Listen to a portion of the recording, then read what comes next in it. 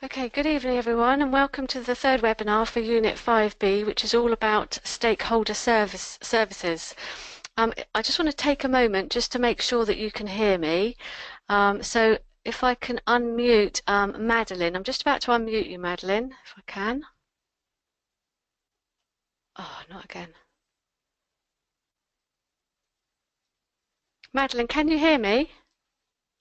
Can you put your hand up, anybody, if you could hear me, please? Because I can see that you're all muted.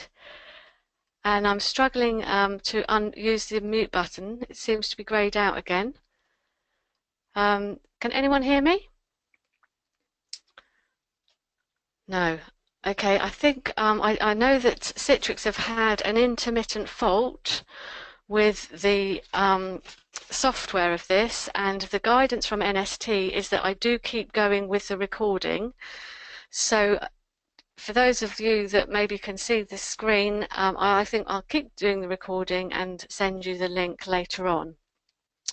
So looking at, we're on the module 3, stakeholder services. So let's have a quick look at the learner outcomes for this module. They're listed on slide 4 and they include the range of administration services a school office is able to provide to staff, pupils, parents and governors, to understand how to set up a system to provide a specific service to a group of services, and to evaluate the quality and effectiveness of those services, to articulate strategy to improve awareness across a school and the significance of the role of the office team. So on slide 6, that's where it starts listing all of the details of services staff. You can see these. The slide is all about the key services that school office and administration staff provide to school staff.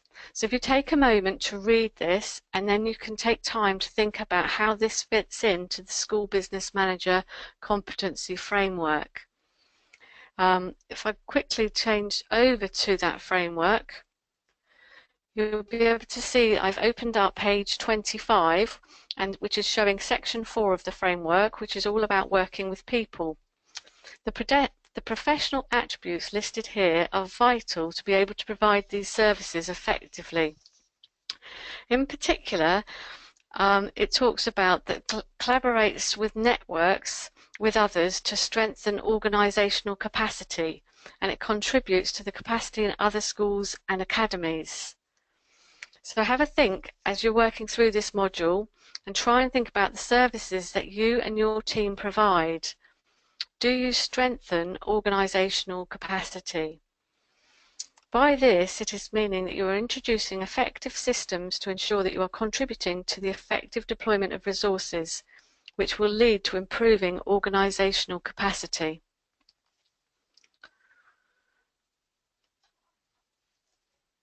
On page 26, try and take a few moments to reflect on how well you feel actually on here. Let's just move it back a minute. On page 27, you'll see you can take a few minutes to reflect on how well you feel you're performing in this area. And you can use the knowledge and understanding points to try and help you. So, for example, the first bullet point of up here, plans of work and how to identify priorities, critical activities and available resources. Try and analyse how well you and your team do this. Okay, so looking back to module 3, we're looking now at document production. So this is quite self-explanatory, but it is worth taking time to think about the skill set of each member of your team. For example, do you have a secretary who has been in post for years? Are they reluctant to embrace technology and learn new software? What can you do to improve their skills? There are administration qualifications that you may be able to try and get them to study, or maybe they could be trained with an experienced member of staff who can help train them, sort of on-the-job training. The third option is to get them to realise that perhaps the job that they are now doing is not for them. So someone who became a secretary 15, 20 years ago The role is very different now and it's moved on, and you need to be making sure that your staff keep pace with the changes. So reprographics and print surfaces. Try and think about how you can improve efficiency. For example, networking photocopiers. This saves on the toner cartridges for printers.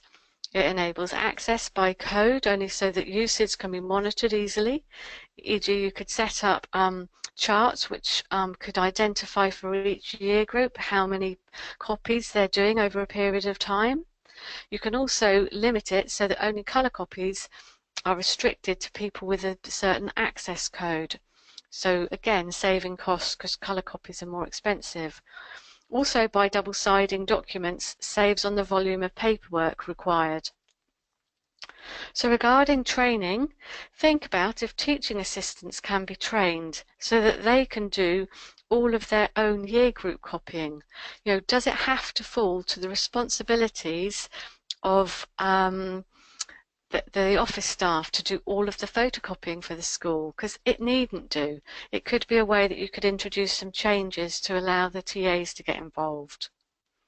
So managing the administration system, filing and data input, it ensures that this is electronically held. You must make sure it's backed up. If it's a manual one, make sure that you line control files out or paperwork that leaves the office. For example, if you've received an invoice and you send it out of the office into a pigeonhole for a budget holder to sign, how will you ensure that you're going to get that invoice back into the office so that it can be processed on time? Managing registration systems. For anyone still using a manual system of the green registers, you could try and think about getting SIMS installed on the classroom computers so that registers can be taken by teachers and entered directly onto SIMS. There are issues to resolve with this initially, but the improvements far outweigh these, and by 9 o'clock each morning the registers can be closed and the admin team could then begin to chase for any unexplained absences. You can even link texting and emailing parents automatically to SIMS to alert them that their child is not in school, which hopefully will prompt them to then get in touch. Slide 14 refers to the data being input correctly, and this was the big reservation when I was introducing this in our school, because it was felt that teachers wouldn't know how to record absence. So to ensure that this was accurately done, we just gave teachers the facility to enter either yes, the child's here, no, they're not here, or they're late, leaving the admin team to enter any further details. So when you're managing lateness, think of your school as effective in managing absence or even the lateness recording of data. This is one of the areas that Ofsted would look at, so you need to ensure that all staff are interpreting the policy that you have correctly and that the data collected is managed.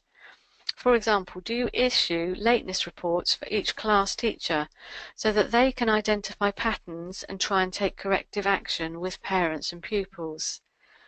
For example, if there's a child who is regularly missing school on a Monday or a Friday, if a child is regularly being late every single day or certain days of the week, by using the data, this is how the admin team can add value to the school. Activity 9. Once you carry out this activity, it might help you to evaluate the system that you have in place at school and how you can identify any improvements that can be made. Managing the collection of money from pupils. Again, the slide is quite self-explanatory, but perhaps if you're on a manual system, you might like to investigate using an online payment system, for example, School Comms. Try and think if this would make efficiencies with resources, which is part of the responsibility of the school business manager. And again, you could refer back to the school business manager competency framework to find out, to see whether the attributes and the skill set there, which level are you working at within your school. Managing and providing services to governors and visitors. So this section, and in fact on slide 21, page 21, it explains the roles that the admin office can help with. Try and think if any efficiencies can be made by, for example, uploading data onto a secure area of the website so that governors can access this for themselves. We'll come on to in a minute to talk about the assessment criteria, but this could be one of the areas that you look at as part of your assessment. Managing visitors. Again, this slide is very self-explanatory. Now on slide 24, it's talking about you've got to balance it to be balanced with protecting pupils and staff. As you read this slide, you'll see that this is what this is saying. This is vital that all staff are aware of this. It is no good having a door entry system into a school, keeping it secure, if when one member of staff is leaving the building, they then allow an unknown visitor waiting in the lobby through the open door before that visitor perhaps has been correctly signed in and authorised with a badge to actually come in on site. So you need to not only have all the procedures in place, but it's making sure that the staff do adhere to them. So working together to provide office services. Try and think if your school does this. If the answer is no, try and think about ways that you can do this.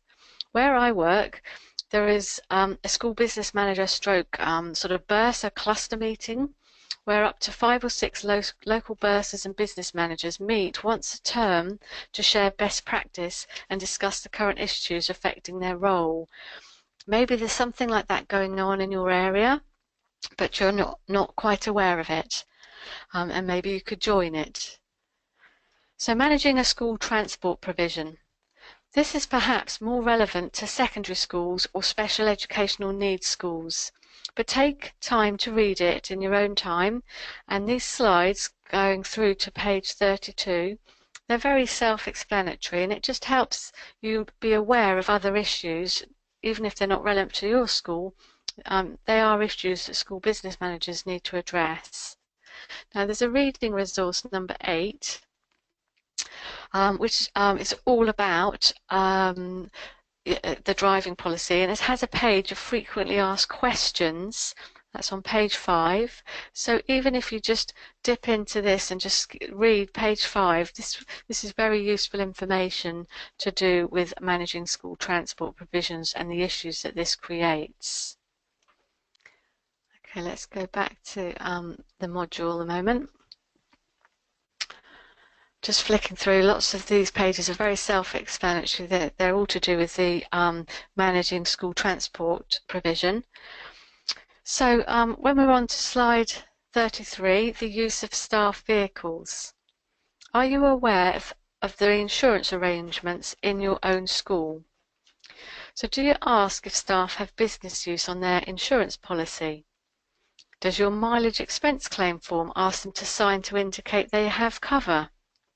So this is where your staff are going out, perhaps going on a training course, coming back in and trying to claim for the mileage claimed. They can do that, but it is your responsibility as a school business manager that their cover for their car, whilst they're out driving, they are driving on behalf of the business, so you would need to make sure that that's in place. Perhaps your school has decided to take out occasional business use motor insurance. It might be covered by your school or your academy's policy, or you could perhaps think of actually, do you know what, that might be worth taking out.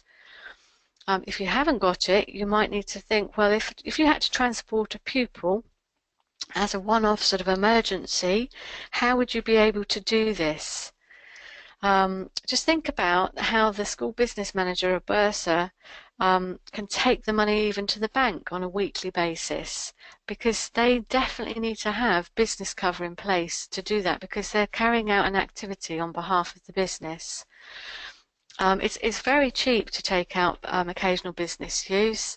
To be honest, in my school, it's like they're going to play football at a local school, and one of the children has arrived late, so they've missed the actual organised lift sharing arrangement that was put in place, How can we get that child to join along? Well, do you know what? We've got the cover in place. A member of staff can then take them along at their, to ensure that they get to the activity on. So moving on to section 35, activity 1.2. Take time to work through this. Do you have a driving to work policy? If not, maybe you need to introduce one.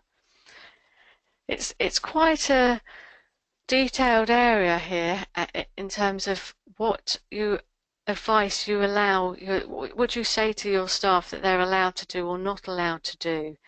And as everything in a school, you need a policy to cover it. So if you haven't got one, you might think about trying to look for one of those or ask your local authority for one. Okay, so that's very quickly, I've whizzed through that module, but as I say, take time yourselves to go back through and slowly work through the activities. And as you're doing that, be thinking, well, what's happening in my own school? Where does that relate to the school business manager competency framework? So you're trying to sort of unpick it really and put these different ideas all together, because this will help with your assignment. So I'm just moving now to page 9 of the handbook, and this is the section 3 of your assessment.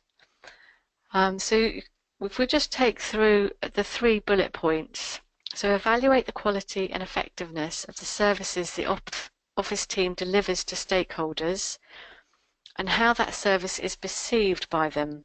So the key words here are evaluate, quality and effectiveness. So take time to think, how will you collect the data from your school? How are you going to find out how the service is perceived by these stakeholders? Because you're clearly going to have to ask them.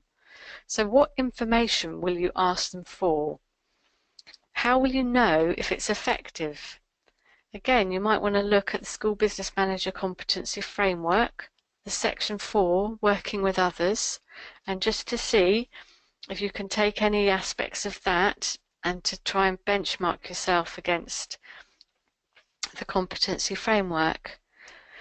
What will you benchmark the quality of the service against? You might need to set some standards first before, based on your learnings of this module, and then you could then benchmark how your school measures up against the standards that you set. So when we look at writing up an assessment, there's always marks for knowledge and theory and the concepts of school business management. And then there's always that mark for an analysis and application to your own organisation. So this would be a clear area where you would set out the concepts, and then the application is then benchmarking your organisation against the standards. How will you present your answer? Maybe you could put it in a table, which would keep it concise and very easy to read. So as I say, just take time to think about what you're going to do with the responses that you receive. Because if you don't ask the right questions of your stakeholders, you're not going to have the right answers for you to be able to correctly answer that particular area of the assignment. So the phrase, how the service is perceived by them, as I say, you're going to have to ask them a questionnaire. You might need to think, well, will this be an anonymous questionnaire? Because quite often, sometimes it's a bit tricky. If they do want to provide perhaps some constructive feedback, they might want to do it anonymously. Again, you need to think how you'll present the answers. Will you ask them to give you a score based on maybe I don't know, a grading of 1 to 10, and so that would give you some quantitative data? Or will it be sort of qualitative questions where people will provide written responses in their own words?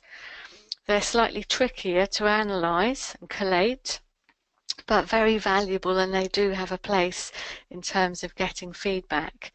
You might want to do it online. For example, SurveyMonkey, which is free.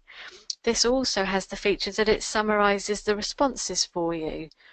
If you've never used it before, it's very, very simple to set up. It's, as I say, for the level of questionnaire you would be putting and entering, it will be free. Obviously, if you want to do a very complicated one, they do charge.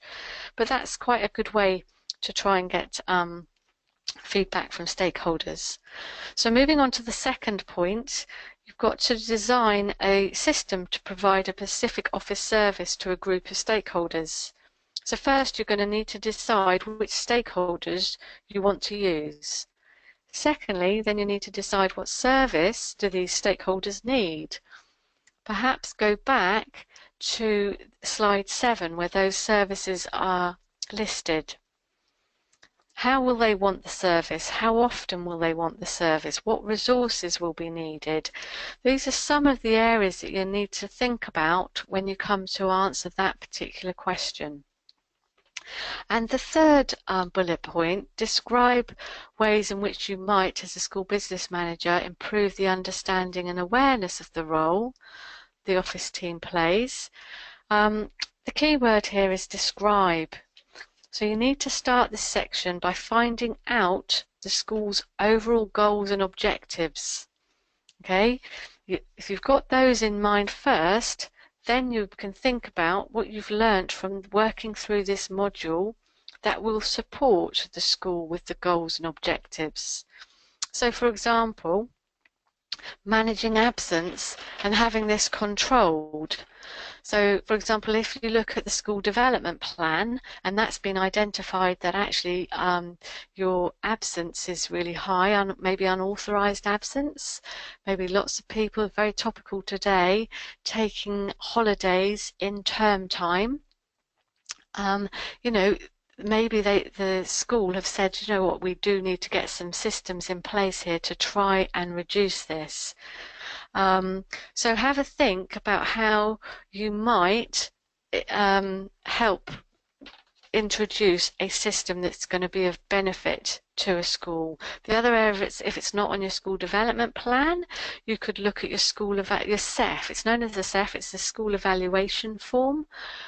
You know, is there an area of there which has been identified as perhaps not weak necessarily, but could do with improvement?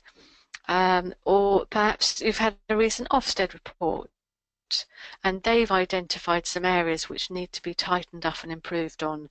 Now, you might not be able to think of this off your own back. You might need to talk to your head teacher or a deputy head, or even, you know, if you've got a business manager in place and you're just working in a link school as an aspiring SBM, you know, ask around first before trying to answer these sort of questions.